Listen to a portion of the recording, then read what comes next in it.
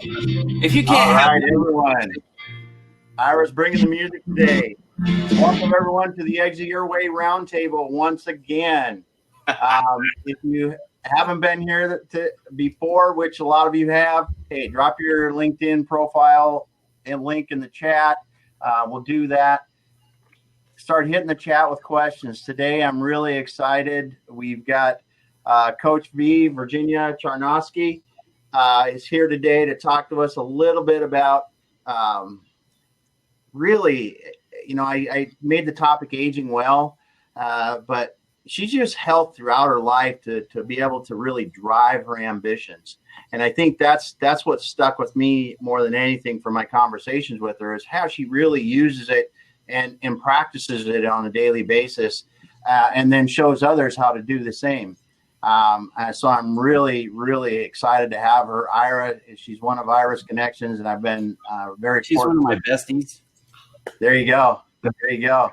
She's been. It's been. I mean, if you haven't followed her on Instagram and the other platforms where she had a lot of inspiring stuff.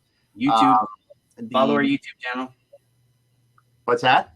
Her YouTube channel. Follow YouTube channel. There you go. Ooh. In fact, I got to do that myself. I don't know if I did YouTube. So he's not going to ask people to do it, so I'm going to ask her for it. Yeah. Thank you. So we'll get the links in the chat here as we go along as well, because I tell you, it was really inspiring just the couple brief conversations we've had with her. So, without further ado, Ira, do you have any further? You know her better than I do. Yeah, so Coach V is from Scotland, which wait till you hear her talk. She's awesome. But also she lives in the Cayman Islands, so she lives in paradise. Kind of hate her for that. She is a fitness coach and a business coach. She helps people with their body and their mind. And she's one of the smartest people I know. And that's saying something, I think. So that's why, for me, it was a no-brainer to suggest that she's here. She helped me with social media concierge. She was an integral part of the team. She thinks about things from a 30,000-foot view and a 3-foot view. So it's really cool. She has the ability to do both. And she's also working with her husband now on West Bay Financial Group, which is probably something that wasn't going to come up. But that's another part they do. They do Cayman corporate services. So if you know anybody who needs any offshore help, that's another thing that you can come to her for, and she can help you out. So yeah, it's actually something I have experience with in other business deals where they were using offshore companies as the beginning for special purpose acquisition corporations. So very good to have you here, Coach V. Awesome. So can you tell us a little bit about yourself? Sure. I think what I'll do is, first of all, hi everyone. Thank you for having me here, and thank you as well for the very kind introductions. So where do I start? I think I'll go back to where fitness all kicked off for me. I was about 15 when my dad decided to send me to the local boxing gym because he thought I needed to be able to take care of myself. And at the same time, my mum, in her great wisdom, decided to take me to the gym so that I could learn how to lift weights. And we're talking about your nice spit and sawdust type places back in those days. And I just kind of did it. And I didn't really realise the benefit of it all until in between school and university, I took a year out and I went to the States. And I took a real liking to Little Caesars Pizza and Lucky Charms. So there I was living with my aunt in the sticks, and I had nowhere to go. I couldn't drive. I hadn't fully realised what I was getting myself into. And I spent about 4.5 to 5 months eating pizza and enjoying these Lucky Charms cereal. I then got back. Say that one more time. Lucky Charms. Lucky Charms. It's good, isn't it? It's good. Oh my God. So I went, I got. Listening to your talk. My parents didn't even recognise me when I came off the plane. I had gained a little bit of weight. And I then was getting set up to go to university, and I decided that I was going to join the British Territorial Army at the time. So there was me thinking that I was still super fit.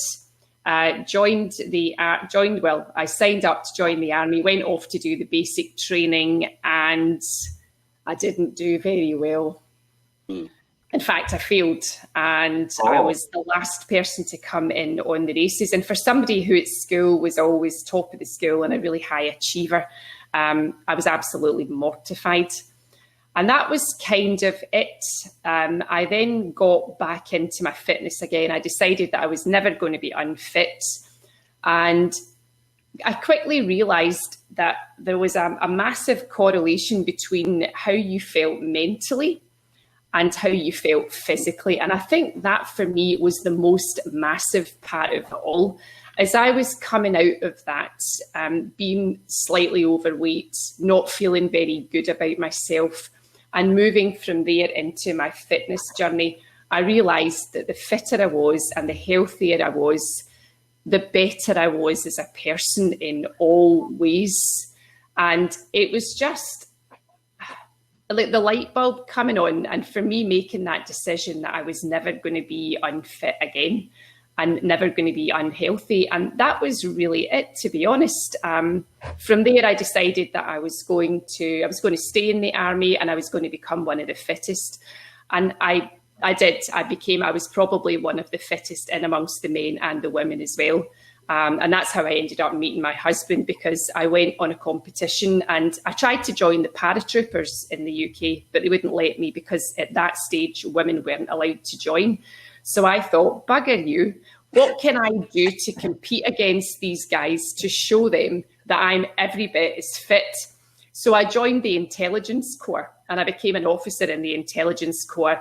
And I set up a fitness group, and we were able to compete against the Paras and the Royal Marines, and we beat them. And it was the only women-led team doing this course, and we actually beat the rest. So for me, being quite a competitive person, that was pretty good. I was quite happy. Excuse me. So, can you flex? Oh my God. Seriously. This lady has guns to spare. Look at that, man. Jeez. Boom. Oh my goodness. I tell people all the time I'm scared of her, and they don't understand why. I'm like, she'll break me in half. Oh. So that was it. And from there, it was part of my life, and it was part of my life in a lot of ways. Like as I was going through my legal career, other people would go for lunch. I would make sure that I got my gym in. I would always work out how I could get it done. And that was when I started doing high intensity interval training, because I realized that I could do it all in really short periods of time. And I think at that stage, I didn't really understand how that was going to then move into my later life. And that was kind of it. So it stayed a huge part of my legal career. People used to ask me how I managed to do it. How can you have the kids? How can you be the partner in the law firm? How can you be the biggest biller? And it was, well, why not? I'm mentally sharp. And when they would ask me how I did it, it was a case of, well, I always feel good. I always feel good because I look after myself physically and I look after myself mentally. But I think one of the things that I've realised is that things definitely change for all of us as we get older. And we're all trying to pretend that we're not getting older. We're all trying to pretend that everything's just the same, and it's not. And the recovery as you age is definitely a lot longer than it is in your younger years. So you need to be really careful to be recovering well and to make sure that you're doing the right kind of exercises to look after your body as you age. So anyway, I worked as a lawyer or in a law firm for about 22, 23 years of my life.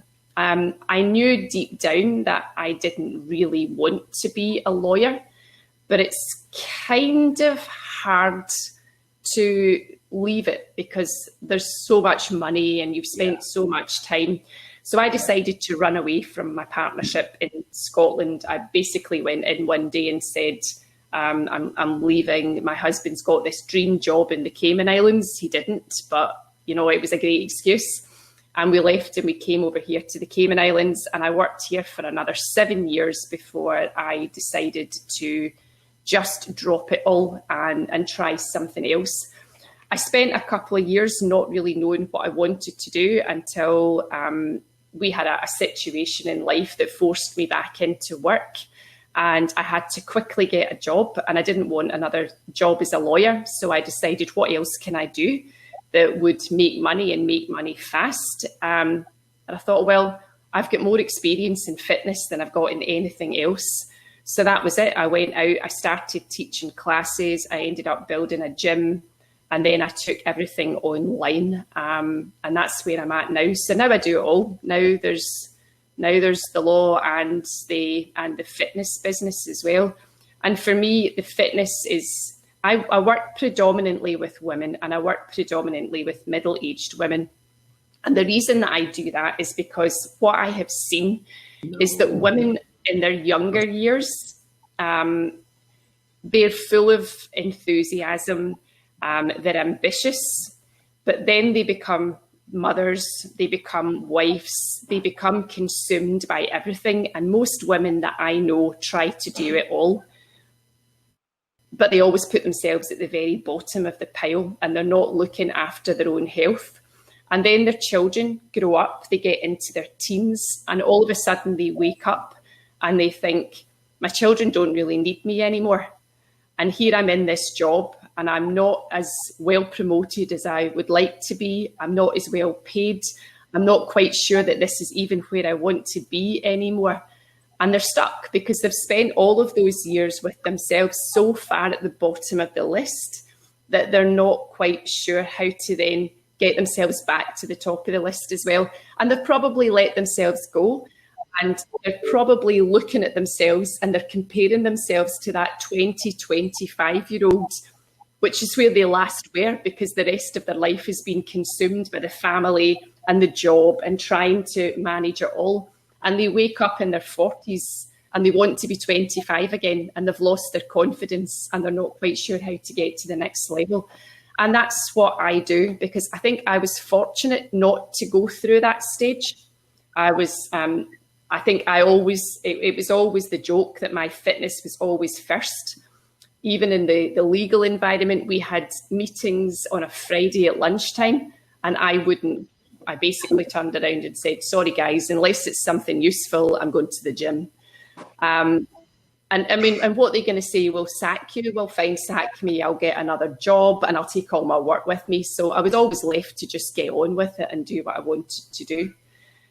So I help women with the confidence, and the confidence always starts with the fitness. Because if you can have people moving well and getting out of bed in the morning without being in pain, if you can have them not feeling sluggish because they're not eating the right food, or more importantly, that they're dehydrated, because so many of us allow ourselves to become dehydrated. We'll jump out of bed in the morning. The first thing you're going to do is grab a coffee. You need water. You need to stay hydrated. And that is one of the things that actually affects you. It affects your energy levels, just being dehydrated. So that's what I do. I take them back. There's a long time of telling you what I do, but I think I've also shared in amongst that a lot of the strategies that I've put into place, both in my own life and the strategies that I introduce to other people as well, to help them stay ahead of the game. Well, it's interesting when you talk about helping women and what you're saying. And I think there's probably a lot of men on this call that think the same thing, because not to the same extent, maybe being at home with kids or doing those kind of things and trying to do it all. But I'll tell you from personal experience, I put my health at the back end of working, especially if you're, as you know, in the private equity world or running businesses for private equity companies. I mean, they're just there's sometimes you're in brutal situations where, you have to do this. And it speaks to me, at least me personally, because, I woke up here a few years ago and realized I was 50, 60 pounds overweight. And if I didn't do something, I was going to probably die early, and a lot of people, it creeps up on you. You might be high cholesterol, then it's high blood pressure, then next thing you know, you're taking 27 pills every day just to try to keep your body in check with, if I dropped a lot of weight, and I've got some exercise and continue to do some sort of exercise, it's amazing how that will affect you, as you said, your mind, and how clarity and other things that happen. I know it's what you're saying though is really, I think, important to everyone. And it's pretty cool. Well, a key I think that you touched on, Virginia, is, and it was in the when you were talking about the housewife who's put herself last, and I think that's something that all of us need to do, is make a prioritized list and then stick to it. Actually dig down, take the time to dig down and prioritize everything, whether that's your fitness or your health, your mental health, your devotional time. I talk to a lot of people who say they want, to read their Bible or whatever they would do for devotional time, but they don't ever have time to do it. So, well, you have to make time to do it if it's your priority, right? So, and health is the same thing. It should be right up there, devotional time and health time. You got to take care of your body, mind, and soul, as I know. But I think a lot of people don't think about it, and they certainly don't prioritize it. So that would be my challenge to people after this, is to prioritize your health. Well, I think a lot of people too, it's hard to get going. And then, there's always these, I'm noticing it too, especially now with COVID and everything else. Some people are sitting home and eating more and not taking care of themselves. Other people are taking that opportunity. Hey, I don't have to go up and get in the car. I got a little more time in my day. But there's breakthroughs they go through, right? Wow, I feel so much better. I feel more productive. Why didn't I do this a long time ago, right? Because, before I'd say I just don't have time to spend an hour in the gym each day. And you don't need to. Yeah, you absolutely don't need to spend. And that's one of the things that I preach, that exercise shouldn't be overwhelming. And it's definitely, having run a gym and then being in the gym environment with lots of trainers, I can look at a man, and a man in particular, because it's all in the belly. With a woman, the weight tends to be distributed between the belly and the hips. But I could sit and look at a man, and I can tell you whether that man is stressed out just by the shape of his belly in comparison to the rest of the body. And what I find with a lot of businessmen in particular, who are making a lot of decisions, who've got a lot of stress, who have a family at home, etc., they tend to go out and they think they need to go really hard. So they'll go and hit up something like CrossFit, and they're not stretching properly. They're going into CrossFit. They're stressing out their bodies. And where does that stress go? So they're sitting with the stress of the work environment, the stress of probably aging parents, the stress of probably teenage kids, or maybe young to teenage kids. Yeah. The stress of a wife who's also got her own stresses, and the rest of it. And then he's going to the gym and busting his backside to do something like CrossFit, going really, really hard, beating on his chest. And women do this as well. I mean, don't get me wrong. I see it with lots of female lawyers and accountants and so forth too. And then you're just kind of looking at them and you're thinking, so where's the muscle and the good shape that you're supposed to be getting from all of this? Because all I can actually see is a skinnier upper body, because you're not properly nourishing yourself, and a pot belly, because you're carrying a whole pile of stress in your belly. They're increasing their cortisol levels, and the cortisol is going straight to the belly. But they're also affecting themselves because it's also having a negative impact on their testosterone levels. Mm-hmm. So, you want to turn around and say, that's not really the way that you should be working out. You should be picking out something that's not stressing out your body so much, and you'll actually get better results. So come and do 20 minutes of high intensity interval training, pick up some weights. And I usually get people started whenever they're stuck by doing 4-minute Tabata training with them. And you can do 4 minutes, and depending on the way that you're doing it, you can be really tired. I have 100 meters just outside my house. And if I do Tabata, which is it's a 4-minute workout, 20 seconds on, 10 seconds off. If I go out and do four minutes of sprinting, I'm ready to vomit at the end of it because I've pushed myself for that 4 minutes. But I've got it done. I've done my workout for the day. I haven't stressed out my body. My body's going to be working for the next probably 24 hours of fat burning, and I'm going to keep the stress belly away. Yeah. It doesn't do any good if you go in and hurt your back or hurt your knee or blow out your knee, and then you're going to end up gaining 20 more pounds while you're sitting around recovering from that. So, yeah. So here's another point on the back, and this is another point that a lot of people don't realise. As you get older, there's a change in not only in your muscle mass, so the muscle mass reduces in all of us, and we can't do anything about it. And you can keep building muscle, but it comes at a much slower rate than it does whenever you're younger.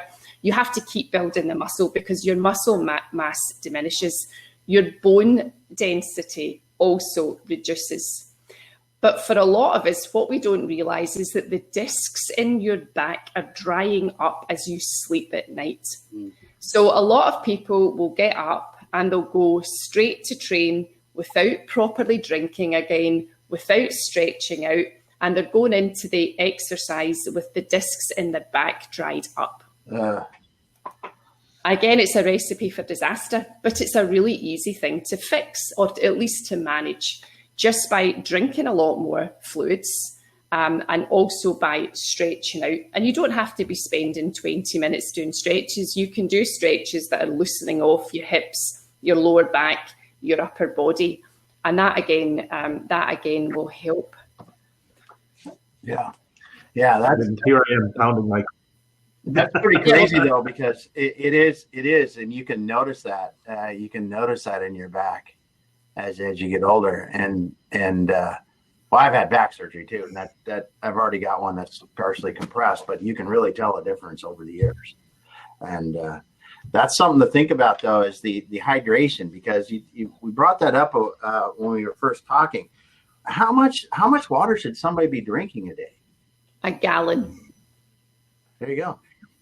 A gallon. No matter what your size or. Yep, a gallon of water. Yeah. You know, when you might go slightly more. Like 3/4 of a gallon short every day.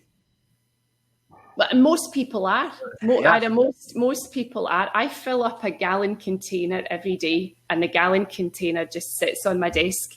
I've been drinking 2 of these a day, thinking I'm doing a good job. Yep. Yeah. Now you want to be drinking a gallon of water a day. You can do a calculation to get the exact amounts. I've been drinking I've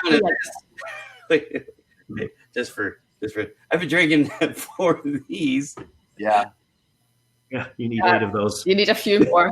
Well, these are coffee, so I probably should drink less of these and more of these. Yeah, and the easiest way to do it is to take the first one in the morning. Take the first one in the morning.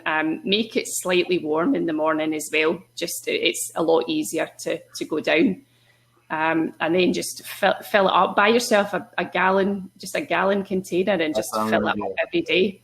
It is amazing. So whenever I've had people coming into the gym and they'll tell me that they're feeling stiff or a sore head or whatever else, the first thing I always say is, did you drink enough?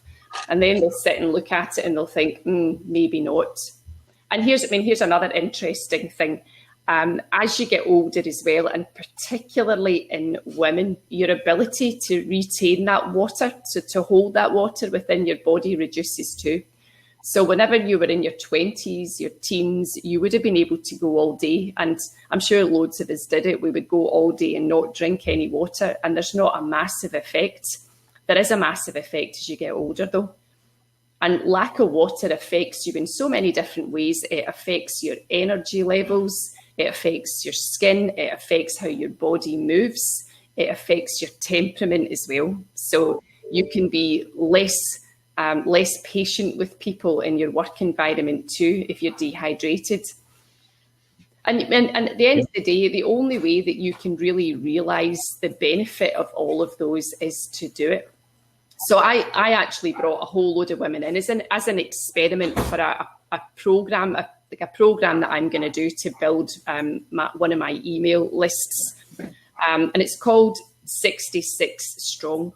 Basically, it takes 66 days to form and be comfortable within a new habit that you create. And all it is what I've done with these people who've been in my group. 1 gallon of water a day, a minimum of 4 minutes of high intensity interval training. So just the really, really simple things, switching off the electrical appliances an hour before they go to bed, and reading something motivational, so preferably a personal development book. So that's what I've had a lot of these people do, just these simple things. And it's amazing just to see the changes. I have one 56-year-old woman in the group who said that she actually cried and said, I've never been in shape in my life before and I've tried everything. And yours is less effort than anybody else's and I'm in better shape than I've ever been. Yeah. Somebody said 56 as a youngster. We reversed my dad's diabetes last year. So my dad came over here last year and was completely mortified to have to use the extension seatbelt in a business class seat, and came here really quite upset about it. And he'd just been diagnosed as type 2 diabetes. So we started to change the way that he was eating as well, cutting the sugar from his diet, cutting the alcohol, not completely, but cutting it, introducing the water. And that's the one thing that he's rigidly still doing. Every day still drinks his gallon of water. We reversed his diabetes in 8 months. Wow. Yeah. So Coach V, how are you working with clients now, especially with, I mean, are you going into the gym or no, work with them there? I closed the gym down. I closed it down. It was too much for me because everyone wanted to work with me. Yeah. And that meant I was there all the time. So it just ended up becoming too much. So it's all done online. Yeah. Yeah. Awesome. So when you see, you talked about, I gotta say your 66-day forum, or what you're calling it here. I mean, those 3 things: drinking the water, and obviously eating right, and those other things. But reading something motivational and 4 minutes of exercise. It is incredibly simple, but as you think through it, it's got to be life-changing for some people, because there's a lot of people that don't do one of those, let alone all 3 every day. There's plenty of people don't do any of them at all. Yeah, they don't, and they're afraid to exercise because everyone thinks, "Gosh, I'm out of shape. I haven't exercised for years." They become overwhelmed by the prospect of what they have to do, and it doesn't need to be that way, because all you have to do is start. And that's the conversation that I'll always have with people. It's 4 minutes. You are perfectly at liberty to take that 4-minute workout and repeat it 6 times if that's what you want to do. You can do that. If you repeat it 6 times, I'm pretty damn sure you're not working out as hard as you should be in the first 4 minutes. Yeah. But nonetheless, you're perfectly at liberty to do that if psychologically that's what you need to do to convince yourself that you're actually moving. But that's what I'll always say. Just start. Just do 4 minutes and start. Anybody can do 4 minutes, and then decide what you want to do at the end of it. But that's all you have to do. I have very few people who will just do 4 minutes. Most of them are doing the longer, like the 30-minute workouts that I put together. But they're dead at the end of the 30 minutes as well, because it's 30 minutes of staying fairly consistent. Yeah. Yeah. Well, I was just going to share this yesterday. Your post yesterday on LinkedIn was really something that, because of the simplicity. Again, back to simplicity. For us to live our best life, we really do have to begin just doing it. I mean, if there's anything that I'm hearing here, it's like you got to start. You got to start somewhere, and you got to start and make a difference. With your father, the same way is you sat down and he started, and start like drinking water, reading something motivational, and 4 minutes of exercise. That's really pretty simple. And I think there's a thing, we're also impatient and everybody wants to see results so quick, and that's discouraging, right? So how do you, that's, I think, one of the biggest obstacles to fight that you are making a difference, but how do you get out of that? How do you break through?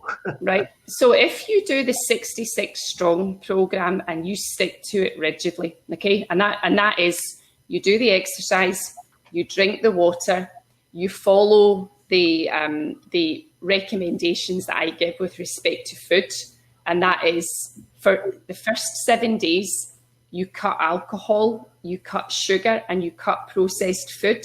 Just for the first 7 days. I'm not asking you to do it for a long period of time. The average weight loss is 7 to 10 days.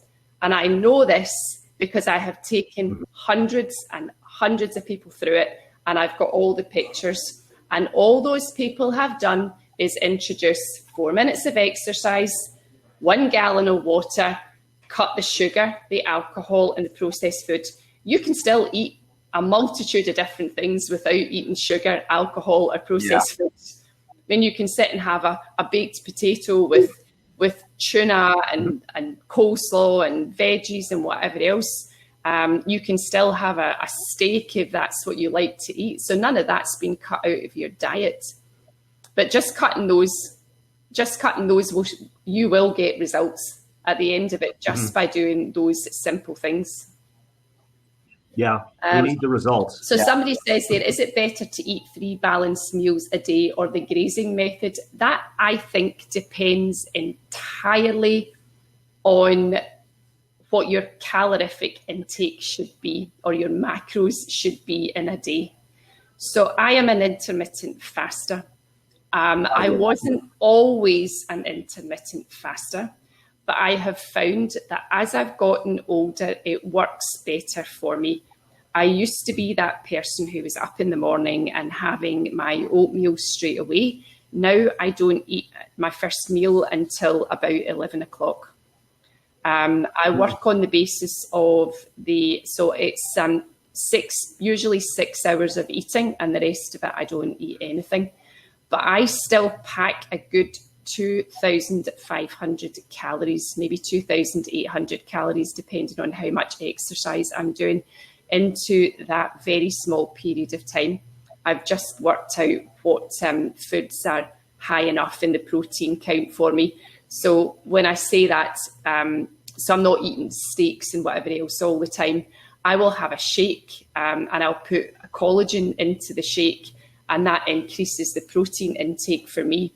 So I managed to fit my protein into things like shakes as well. Yeah. People say shakes are not great, but at the end of the day, if that's the only thing I'm eating that people are going to object to, then I'm not going to get too worked up about it. Yeah. Johnny asked in the questions about intermittent fasting when you're doing that. So you're in your fasting time now. Is the only thing you're allowed to do is intake water, or yes, other, coffee, tea, those kind of things? Some people will say break the fast with, and it's people who are selling products will tell you break the fast with protein and fat. I'm not convinced. Sometimes coffee, it's not a food, but you have to remember if you're going to take coffee with it, then it's going to give you a boost. If you're needing the coffee in the morning to give you a boost, then you need to ask yourself why you need the boost.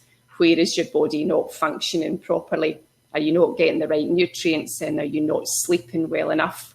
Or are you just addicted to it? So, and if you're addicted to it, then cut it out. Don't judge. I'm a fan of coffee. I enjoy my coffee, but I don't drink a lot of it. Don't judge me, Coach V. Yeah, I'm just going, oh god, yeah. That's all. I have one habit. Got a serious question for you though. So I like coffee. There's a lot of Seattle. I like coffee. I like everybody coffee. Does. I cut out the sugar. I like coffee and I like to eat. So I'm an awful human being. what is the last time of the day? Like, what's my cutoff point for eating? You know, I mean, I know I shouldn't eat before I go to bed, obviously, but you know, are we talking like 4 hours before I go to sleep or 6 hours before I go to sleep? What's healthy? So if you're fasting, then take it from when you have your first meal in the day. So just now we're at 10:30 here, and I haven't had any food yet. Yeah, just my coffee too. And I'm not hungry either. The thing is, I'm not hungry because my body's adjusted well to it. Yeah. My last meal, 6, 7 o'clock. Okay, and you're going to bed at 11 midnight. 10, 11. I try not to stay up as late as midnight, because another thing I've found is that, and sleep is really, really important for you. Mm-hmm. And if you're not getting enough sleep, that will also, it's what you say, Ida. I'm the anti everything that you've just said. I eat too much, I drink way too much coffee, and I never sleep. Yeah. So sleep also affects your cortisol levels, though. Sleep. Let's talk about sleep. What's the right amount of sleep, or a reasonable amount of sleep? Alon's like, Ira's doomed. Yeah. Well, you do have 8 kids. Vampire. Personally, I think you want to be getting, and I'm going to tell you why I say this. Personally, I think you want to be getting somewhere around about, for most people, and I'm just going to be like realistic about it, 6 to 7 hours sleep. I'm good. And I'll tell you why I say 6 to 7. You'll have lots of other people out there who are telling you to do it for longer. And that's great to tell you to do it for longer, but you know, you might stress yourself out even more by trying to sleep for longer periods of time. And the way that I've managed it is by having my downtime through the day. So I can't usually sleep any more than 6 to 7. My body's kind of been conditioned, and I'm just too damn busy, and I always have been. Yeah. So I've practiced having that little bit of downtime through the day. I am not a meditator. I am actually qualified to teach it, but I find it stresses me out. And I think there's probably a lot of people out there who feel the exact same way. Is you're sitting there in that spot trying to get to this place of peace. I'd much rather just put my headphones on and go for a walk up and down the road, and that makes me feel calmer. So I judge it 100% by how I feel and how my body feels, and my body reacts a lot better to the walk than it does to me sitting there stressing myself out because I can't sit in this meditative state for X period of time. So I've given up on that. But if you can get that little bit of downtime through the day, even if it is just a 10, 15-minute walk, then 6 to 7 hours at night. And now I'm going to tell you why I think that amount. So whenever I was lawyering, and I'm going to go back to when I was here in Cayman, because the hours were very, very long. I would end up coming home, cooking for the kids. The BlackBerry, because it shows you how long ago that was, the BlackBerry was still always there, and I was always checking. The kids would go to bed, and I would sit down and work. And I could be working till 2:30 in the morning on a regular basis, given the volume of work that I had, and then getting back up again at 6 the next morning. I was functioning well on that, or at least so I thought. But I was like, my distended belly at that stage was nothing, but I've done a figure competition before. So my figure competition belly and my distended belly, I was very conscious of the fact that my belly was distended. And I think it was due to that. So whenever I changed my life and I introduced more sleep into my life, that was the first thing that went. Nothing else changed. The stress levels didn't change. The exercise didn't change. The diet didn't change. The water consumption didn't change. The only thing that changed was the sleep. And that I recognized. And now, if I don't get enough sleep, I can feel it. I can just feel it within my body, because my body knows how good it feels when it's had adequate sleep. So whenever somebody says to me, how long should I be sleeping for? The first thing I'm going to do is say, where are you just now? Add an extra 2 hours to it, Do that for 2 to 3 weeks and see how you feel. Stand on the scales, because I think you'll lose weight by just changing the amount of time that you sleep. Yeah, that's interesting, because I sleep 6 to 7 hours. That's about what I sleep every night, and I have never, well, in the last, I don't know, 5-6 years, I haven't used an alarm clock. And it's just that's my body tells me it's time to get up. And I just thought, I'm glad to hear it's not too, because you can say, oh, you need to sleep 8-9 hours. I'm like, man, my body it's just not going to happen. It's not going to happen.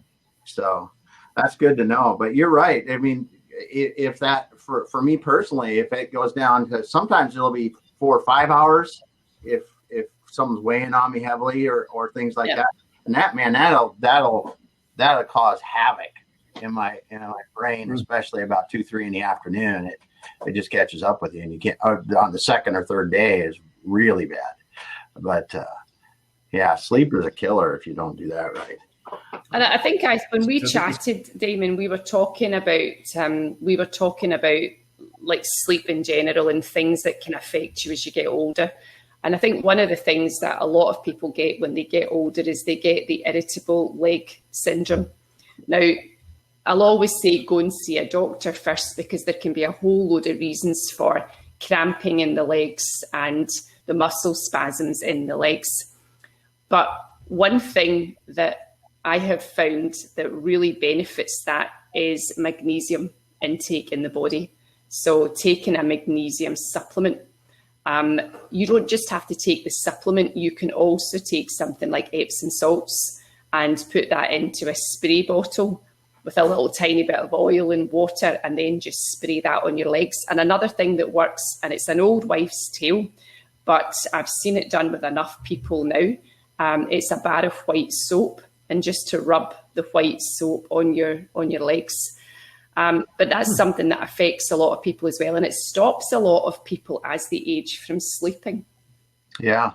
So if it's not a diagnosed medical condition and it's just something that's annoying you, then instead of heading off to the doctor for some sleeping pills to try and block it out, then look and see whether it's a vitamin deficiency. And so many of us are deficient in vitamins as well, because the soil that we're using nowadays is depleted of all of the essential nutrients that it had years and years ago. And magnesium is one of those nutrients that's not rich in the soil anymore.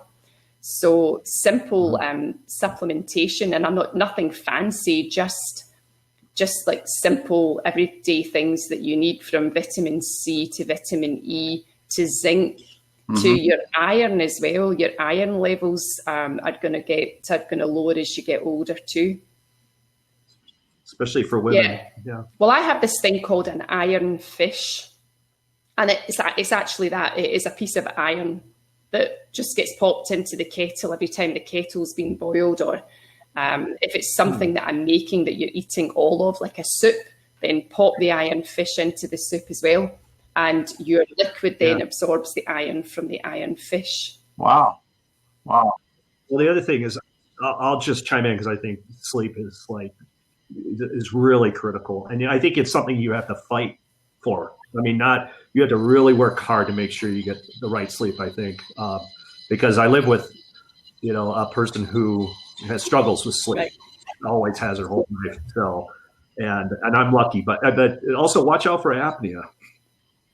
People have it and don't know it. I have had it and have been under control for about 10 years, but I think after I started on apnea treatment, I probably instantly lost 15 pounds.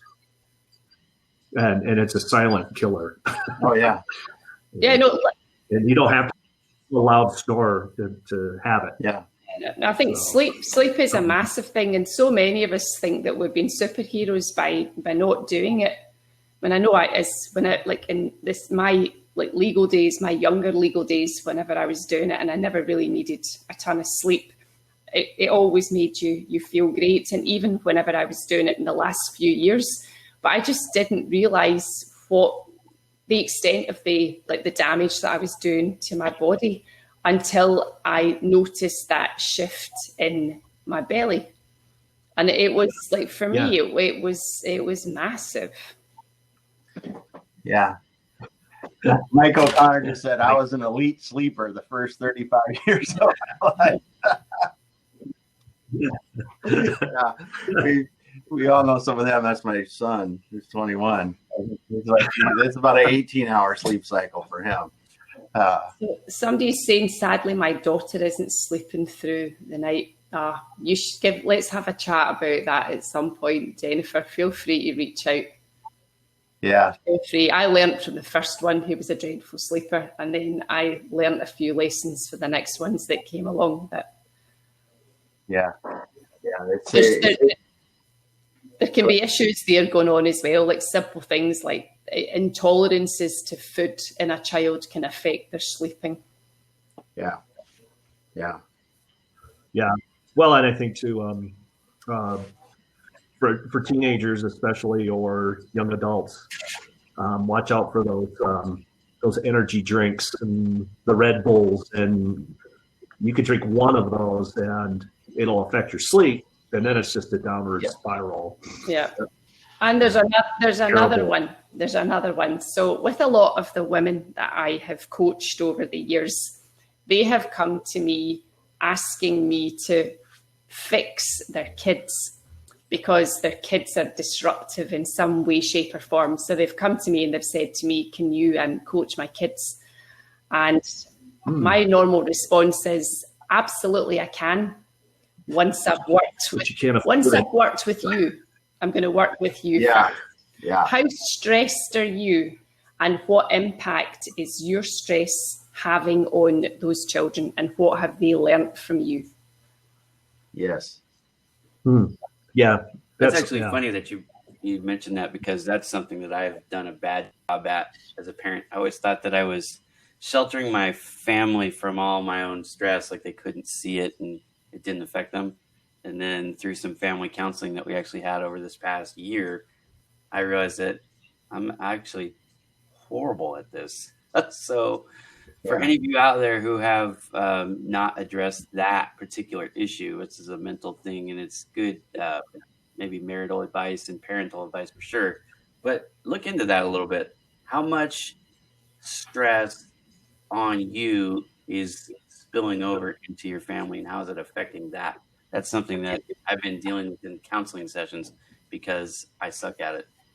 Yeah. It's astounding the effect that it has on the kids. And the parents are thinking that these kids are out there with issues, and these kids really don't have, the only issues these kids have got is the issues that we've probably been creating for them. And we don't see it. I mean, you're not setting out to cause your kids issues, but they pick up on absolutely everything. Yeah, that is 100%. I see it in my kids. Yeah. I apologise to mine on a regular basis for having messed them up. I'm sorry. I know I'll have messed you up. You might not realise now, but at some point in time in the future, you'll blame me for this. I'm going to write that down. Because because, on the outside, people can look at families and they go, oh, that's a great family.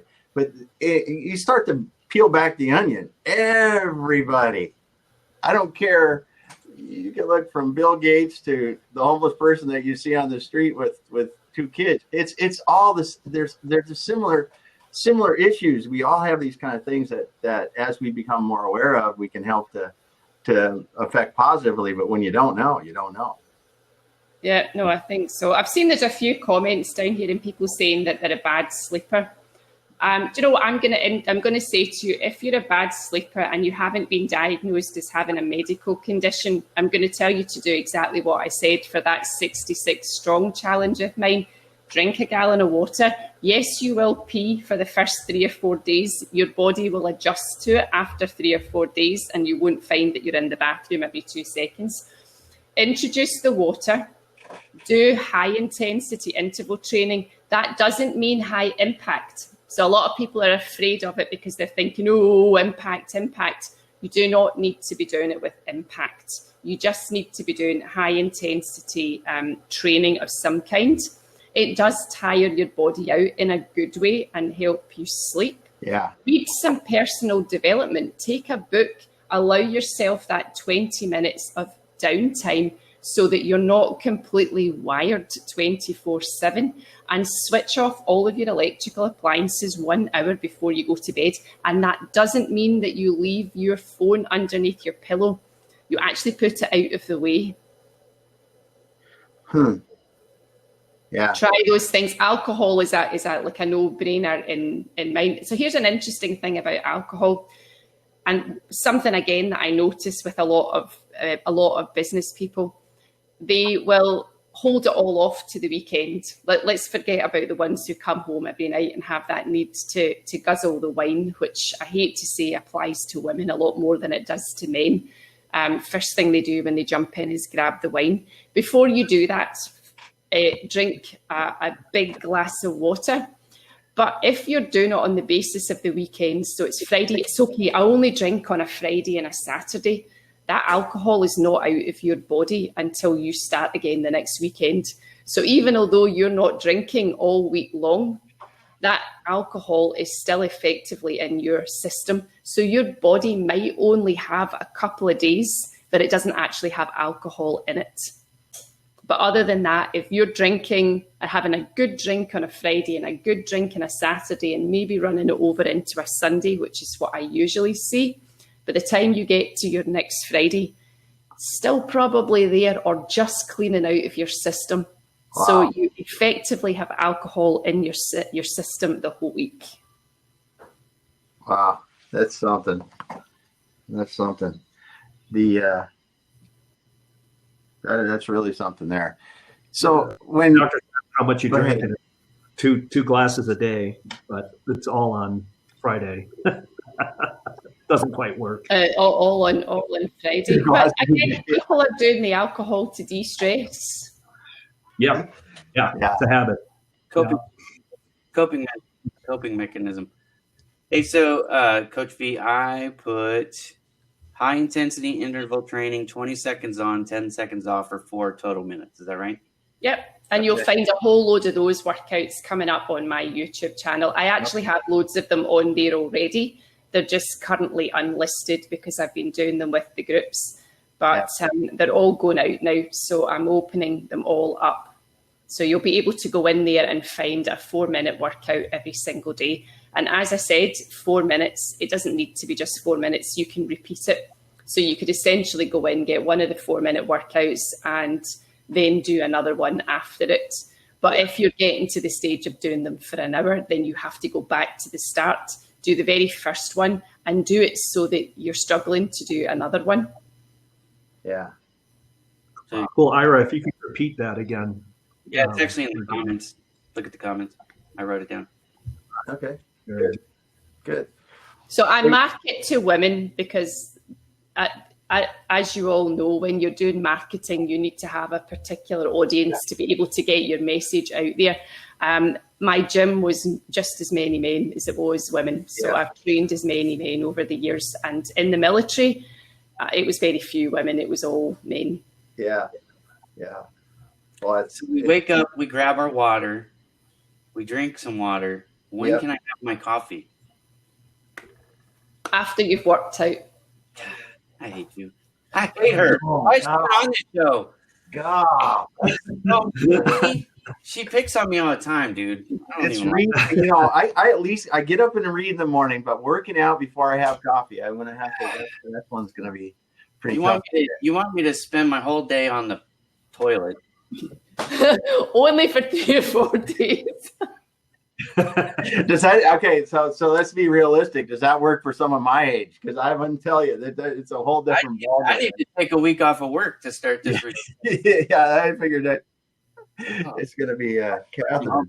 It's actually. I'm going to be straightforward. This is a benefit of working from home as an outside sales rep. Like going to the bathroom. I know this is probably gross for some people, but there wasn't always the opportunity to go to the bathroom, so you had to be careful what you consumed just so that you didn't have to go. Because, you're going cold calling the buildings. Oh, yeah. You don't have any place to go. You know what I mean? It's not like I'm in my office. So being home, I can do this. I'll do it. So let's talk about the need to pee. and what the implications or what that could mean. So if you're finding that you're having to go to the bathroom on a regular basis, if you're finding that you're having to go to the bathroom in the middle of the night, I don't have that problem. That can indicate stress again, but it can also be just the fact that you have a weak core, that you're not properly exercising all of your muscles. There are some really, really easy exercises that you can do. One's called a dead bug. So if you do watch any of the videos that I have got, I don't specifically tell people that it's what I'm doing, but I will always say to them, right, here we go, flat back. Take your belly button, feel your belly button being pulled in towards your spine. Tilt your pelvis. So just tip the pelvis up slightly and then feel as if you're pulling a purse. So you've got a purse and a purse string. So the feeling that I want you to have in your belly is that you're pulling up on the purse string. Now you start to do your ab workout. Mine's immerse. Hey, we only have 4 minutes left. I know, but it's hilarious. Sorry, bro. And with that, that's awesome, though. I mean, Coach V, it's been so good to have you with us today. I'm gonna let Andrew's gonna take us out of here, but hey, it's the information and a lot of stuff we can use. And the gallon of water, motivational, 4 minutes of high intensity. You're an inspiration. If you want something on you, just call Coach V. She'll be glad to slice you to pieces, and she'll do it. Yeah, no, this was great, Coach V, for sharing. Thanks for having me. Yeah, this is it's great. I think it's timely too. This is a great opportunity while we're all sitting at home and working to use that extra time to maybe try some of these things, and especially you, Ira. Ira needs to come and stay with me for a month. I do. That would be all right with me on the Cayman Islands. I'll go through the torture because the view is, you can't beat it.